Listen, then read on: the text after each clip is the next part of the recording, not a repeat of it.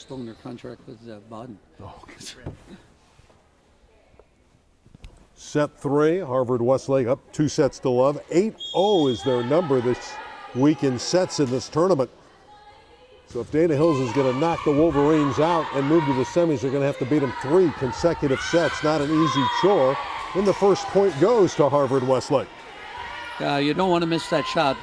Two bad plays on one serve is really difficult to overcome. And here's Kelly serving. It just seems like at the vital time she's back there serving aces. 2-love. Great server to start a game. Great server to start a game. When your setter is a good server, it helps so much because it sets the tone for the game. Because the best place for her to start is right back. I want to talk to you about something in a moment here after this next rally, which I think is a very much a critical component of what I see in Harvard-Westlake. Their players seem to play with a smile on their face. They seem happy. How important is that? It's important, but it's very difficult. Everybody can smile when things are going well. The key is, can you smile, can you toughen up and earn the smiles when things are going poorly? And that's the key. You don't have to smile when things aren't going well, but you got to play tough and you just stay focused and then bring the smiles back, earn your smiles back. Everybody smiles and is supportive and a great teammate when things are going well. How do you handle it when both teams are playing well or when you're not playing well? That's the key. I can also talk, because we have this timeout, it's 4-0 Wolverines, as we look into that Dana Hills bench and the coaching staff, and it's Gus Culver right now talking to his team. If you're the coach of Dana Hills and their middles have not given him what they wanted coming in, what can he do to try to turn this around? Right now, you just talk about this play. So talk about this play. Again, I would talk to them maybe about, hey, things aren't going. We started poorly. Now let's. What kind of character do we have? What kind of discipline do we have right now? And now it's nice that Dre's going around and slapping the hands of the players. I think that's good. Now they just have to focus on one play and just focus on one play and just see if they can turn it around by putting this play on top of another play and all that. I have a discussion here going on. Up official, Diana Johnson. They're looking at the book here, if there's a discrepancy in the lineups, and they straightened it out. They straightened it out. Everything is all right now. And it's still 4-0 Harvard-Westlake. And that's still the only thing that matters. Same server. Nothing has changed. Schooler. She's got it down for the first point for Dana Hills in set 3.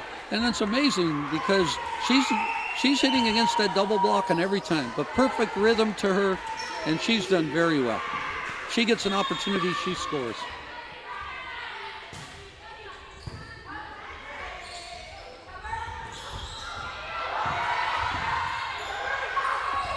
Not going to get there, so another point for Harvard-Westlake. Again, that ball wasn't hit hard, but it was able to be disruptive because it was an attack from a bad pass to the middle, and it puts a lot of pressure on Dana Hill's defense.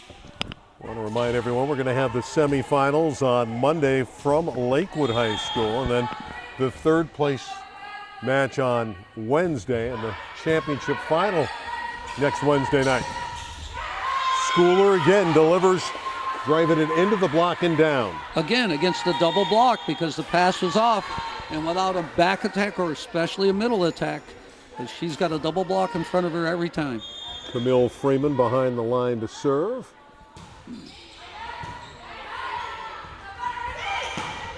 Wow. Didn't hit it as hard, but that heavy ball is tough to dig. She hit that ball high. She hadn't hit the ball that high all night, and it was the combination of her approach and the perfect set. 6 serving 2. Again, Harvard-Westlake seems to get the jump on Dana Hills in every set. That's off the top of the roof and down, and another kill for Schooler. Against the double block again. 3 for 3 in this game against the double block. Well, the book on McKenna Schooler, athletic and very competitive, and we've seen both. But her serve is into the net, and another freebie for the Wolverines and the side out. That happens when there's a lot of distraction because of the pressure that Harvard-Westlake is putting on Dana Hills. There's more misses when the team's getting under a lot of stress because of the way Harvard-Westlake is executing. Haley Blanchard has to be thrilled with her team's execution, the first-year head coach of Harvard-Westlake. And there's that fine freshman Stila Fresenius with another kill for Dana Hills. You can't be more impressed with their ability to score outside. That's, Harvard-Westlake knows it's coming. Of course, if Harvard-Westlake wins, they're into the semifinals on Monday. And we'd have them back on our air. That was off the antenna, point for Dana Hills. Yep, that's outside the boundary. I call that the barber pole. Good name for it. Well, my old buddy Kirk Kilgore, the late great volleyball player, used to call it the barber pole, and that's where I picked it up. Of course, Kirk was instrumental in leading UCLA to their first indoor national title. There's a double contact against Dana Hills and a point for Harvard-Westlake. It's 8-5 Wolverines here in the third set. That was a big mistake. Too bad. Both players being very aggressive, trying to keep the ball in play. Key part of the game. If Dana Hills is going to have a chance, they've got to score now. It's tough when you're playing from behind all the time.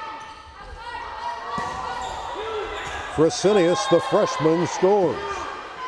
It's 5 straight sets outside, 6 straight sets outside, 6 in a row. It's getting difficult to score, but they keep doing it. Now they got to make their move.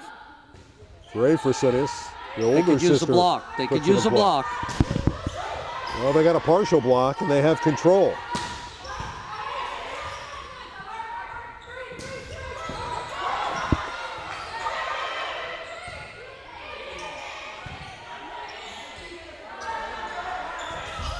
Headley hit it wide, point Dana Hills. Big point that gives them some chance. There's still hope here. 7 serving 8. Dolphins to within 1. Dolphins lost in the first round of the Division I playoffs last year to Los Alamitos. They get a block here. That freshman again, Fresenius in the area, along with Bala. We're even at 8. Now this is the toughest rotation for Harvard-Westlake. They side out the least in this rotation.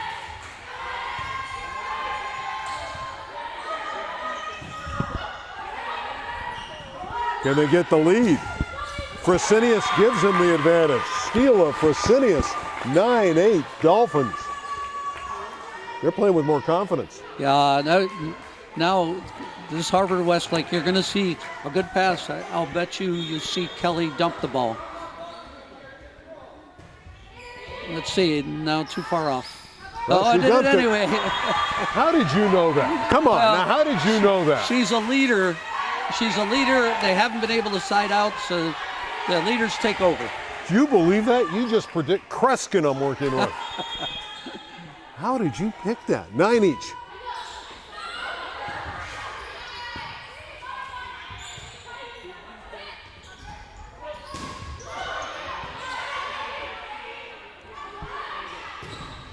Off the block and down, and Stila Fresenius having a huge third set. I'm really impressed with both of the outside hitters for Dana Hills. Under the stress of the block, everybody knows where that ball's going, and they keep scoring. Now you're going to get a 3 set to the middle on a good pass. They go to Headley on the outside, and she's rejected. Headley again, and blocked again by Ballo. And Dana Hills building momentum here. 11-9 Dolphins. They're going to try to go to the middle here to try to get and make their middle blocker late.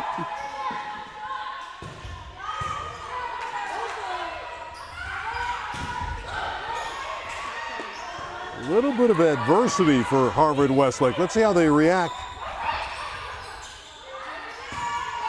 Trying to come from behind, and another point as the kill delivered by Hunter Riedel. 12-9. Yeah, they've gone away from what they do because their ball just isn't in rhythm enough to go to that quick middle attack. But I think you're going to see it right now. And with Rao in the back row, it makes a big difference. They're going to have to get the ball to number 7. Here it is. On the slide, and she scores. Why is that so prevalent in the girls' game where they can slide out? Well, it's horizontal. You're running along the plane horizontally instead of vertically into the net, and it gives the hitter more options. I think they should do it in men too. It's the highest hitting percentage of any ball in college volleyball, anyway. 10 serving 12. Again, Harvard-Westlake trailing here in set 3. They're up a couple sets. Rao, boy, when she has time to plant and go after it, she hits winners. A great set, a great vision to turn down the line. Dana Hills must side out here to get Rao out of the front row. If they can't side out, Rao is going to destroy them. You got to get her out of the game by not stopping her, but by executing yourself. They need 3 side outs. There's one. Schooler got it for them. 13-11. Dana Hills. Schooler doesn't miss either. No, she's doing a great job. Yeah, the percentage of these hitters is very, very high. This is where they've got to get to the middle again. This is going to be a backsetter and middle attack. Randy Rosenblum with Brian Gimolaro. There it is. That one's down. There's that quick for the young lady in the middle, Lauren Juzang. Juzang is very good, very quick with a quick arm. Doesn't try to overpower the ball, but hits it quickly. And that's their best play, and they've done it all night long. And she's very long and deceptive. Very deceptive. Headley to serve, down by just 1. Schooler again. She always seems to find the hole. She's got that quick arm. And not only is it quick and she jumps quickly, but the arm is in good relationship to her body, meaning that her arm is ready to hit when she jumps. And so she can pull the trigger at a variety of times. Very, very, very advanced for a young girl. Yeah, she's only a sophomore. We've been talking about Fresenius as a freshman, but Schooler's only a 10th grader. Rao again off the block and down, point Harvard-Westlake. I was a little surprised that the Dana Hills block was a little bit late getting to her, because if they weren't going to go to her on that point, it would have been a real surprise. Now they got to side out again one more time to get her out of the front row. Key to the game. If they can side out, they can get her out of the front row. Schooler does. Boy, Schooler has been so accurate in this third set. Now 15-13. Rouse can only side out, and then she's out of the front row.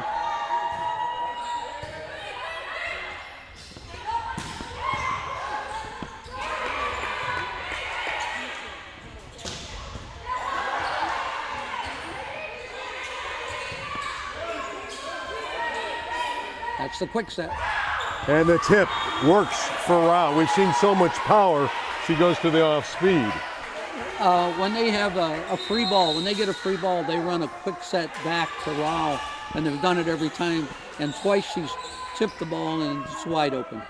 Baxter in, 14 serving 15. All the pressure on Dana Hills since they're down by 2 sets. Obviously, Harvard-Westlake can lock up a trip to the semis if they win this third set.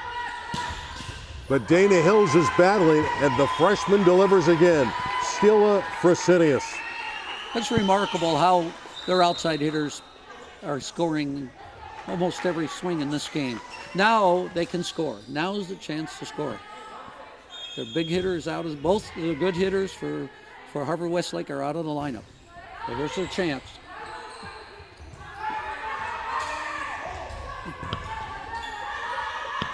And the dump is through, and a winner for Dre Fresenius, 17-14 Dolphins.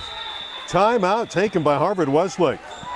So a little bit of pressure on Haley Blanchard's team here in the third set. Well, the ability of Dana Hills to side out at the key part of this game. Now they have a chance. They've got the 2 best hitters for Harvard-Westlake are in the back row. We're looking at that Harvard-Westlake huddle as you speak. Brian, your thoughts about what Haley can say to her team now that they've lost some of that momentum? They just have to keep doing the same thing. They just keep stay together, do the same thing, and they'll be fine. They have to side out here, though. They have to side out with not their biggest hitters. They have these players are good. They're in the front row now. They're good, but they're not quite as dominant as the other two players who are in the back row now. And of course, Dana Hill's building some momentum. It's funny, I was talking with the coaching staff, and we mentioned it before. Glenn, Gus Culver, and Kelly Caldwell, and they said, it's going to go 5. We were talking before. You know why? Because they both have appointments later in the day, and this is their last match. And they said, no, we know it's going 5 because it's just going to just kill the rest of our day. Those are the days when you had to catch a plane, right? Yeah. Yeah. 17-14. And there's a kill on the outside finally for Harvard-Westlake. Tilton got the kill. That was a big swing in this game. They were able to get to the one-leg hitter out in the middle and took it back. Carly Wallace, defensive specialist, in to serve, just a sophomore. By the way, both these coaching staffs very nice in our preparation, chatting with us as much time as we needed. Easy to work with. Fresenius with a knuckleball. Let's see if Harvard-Westlake can get a point down. They do. Put away by Headley. They're within 1, 17-16. Now the Wolverines are battling back. Well, Ed, now you just are the two outside hitters for Dana Hills. They have to be able to keep it up. They have to be able. I'd like to see them get some help from someone. A tough set here. If she does it. Fresenius scores again. The freshman steal of Fresenius. 18-16 Dana Hills. That's pretty amazing. Again, they've been hitting against not only a double block, but a defense that's all set up waiting for them. Good depth on that serve from Dre Fresenius.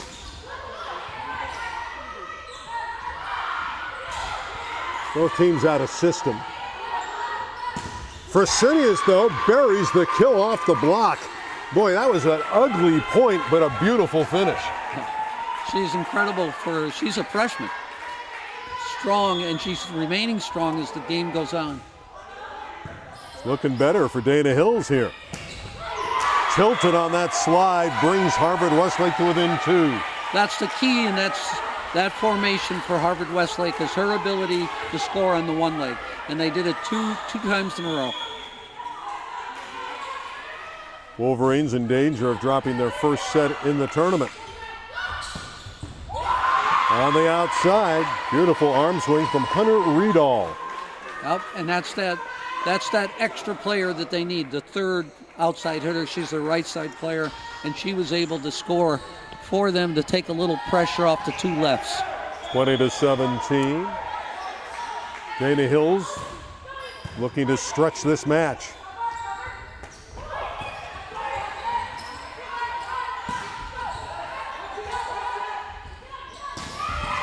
Headley's done. Here comes Schooler. She's blocked. Juzang got her, number 7 in the middle. She just came back into the game and made her presence felt right away. Now Harvard-Westlake has got their two best players, two best blockers and hitters in the front row. And they're within 2, and they got Kelly behind the line, the tough serve, the lefty. Schooler didn't fool the Wolverines.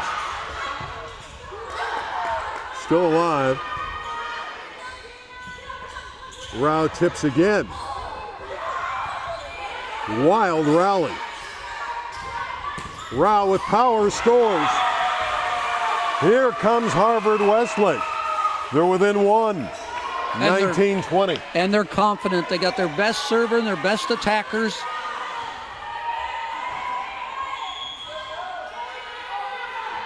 Very entertaining third set. That one's put away by Rosie Bala. Tough to defend 6-4 in the middle. That's the first time they've been able to get the ball to her. That was a big lift for them. That was what they've been attempting to do for a long time. Get the pressure off the outsides. Key play of this match. Conute serving. Rao far off the net. Couldn't use her power there, just had to put it back over.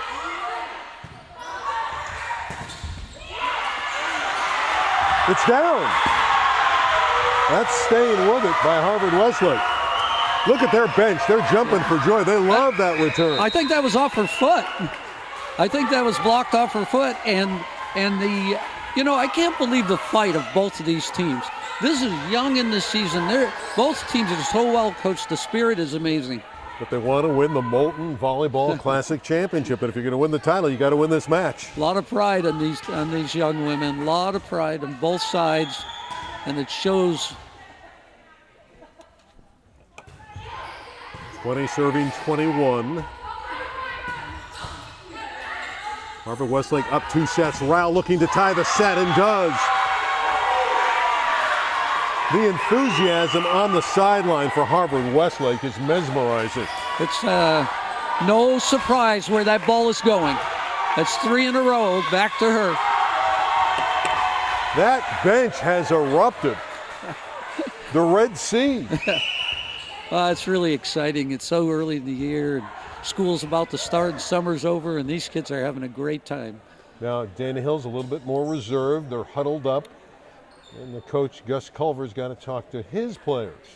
Right. Again, now they have to side out against Harvard-Westlake's best lineup, because if they don't side out, they're going to set the ball back to Rao. And Rao she's actually been set 4 times in a row, and she's scored on 3 of those balls. So it is, you got a lot to deal with if you don't score. Yeah, Haley Blanche has got to feel a lot better about this set than she did right now than maybe 4, 5, 6 minutes ago when it looked like Dana Hills was in control. Oh yeah, they're so dominant for a high school team when they have the 2 best players, their middle, number 7 and number 11 in the front row at the same time. It's a really dominant 2 players. 21 apiece. Set 3. Schoolers block. Ju Zhang and Rao give Harvard-Westlake the lead. Ju Zhang and Rao, their 2 best players, their 2 best blockers. Ju Zhang is a really good blocker. Rao puts up a nice block. Ju Zhang has a great feel, and they're hitting against the best lineup they have right now. Westlake 3 points from the match and a berth in the semis. Not yet. Power on the outside. Boy, that ball got there in a hurry. What a kill from Hunter Riedel. They had to go to Hunter then. It was predictable. I was surprised that Harvard-Westlake didn't realize it, but Hunter came through with a big ball right then. Hunter, again, they're going to go a quick set to the middle. No, back set. Rao. Was there a touch? I don't think so. It's a point for Dana Hills, and the Dolphins up 23-22. How good a serve was that to get them in trouble so they couldn't run their good play? Camille Freeman, yeah. Yeah, Camille did it. She's a good server and made a great serve on that ball. Here's their 3 set. And it works for them with Ju Zhang tying at 23. This is a very fun set for both sides. Now the Dana Hills bench starting to get into it. Now it's their Dana Hills. This is their lowest percentage side out. So they're going to have to have a great outside hit here. Here it is. They work Schooler. She hit it into the net. It's match point for Harvard-Westlake at 24-23, and Isabel Wyatt to serve. They'll rush back the talent at Hunter Riedel, get her in the lineup, and out goes Camille Freeman. It's a tough rotation for the setter to be able to dump the ball, but if it's right on the net, she's going to. There it is. There's a chance for Harvard-Westlake. Rao has a swing for the match, and there it is. 25-23 for Harvard-Westlake. And the Wolverines are 9-0 in sets in the tournament. And Brian Gimolaro, they're into the semifinals. Well, the team is well schooled, and Rao is such a good player. And again, they go to her on match point. They went to her on almost all the difficult points in the game. But they got she has a lot of compliments out there. Great setting, great middle attacks. This is a really, really well-coached and a very good team. We will see Harvard-Westlake in the semifinals. We don't know who they're going to play yet. That'll be at Lakewood on Monday, and we'll see you, Brian. It was great working with you. I look forward to it, Randy, and you've been the first guy I've ever known announcing volleyball, and it's great to be able to work with someone so well schooled in this game and so experienced, and I appreciate the opportunity. Likewise, and of course, Brian Gimillar, one of the great college coaches of all time. So he's a Hall of Famer. We'll be back on Monday. The final here, 3-0 for Harvard-Westlake. So long from Paramount High School and the Molten Volleyball Classic.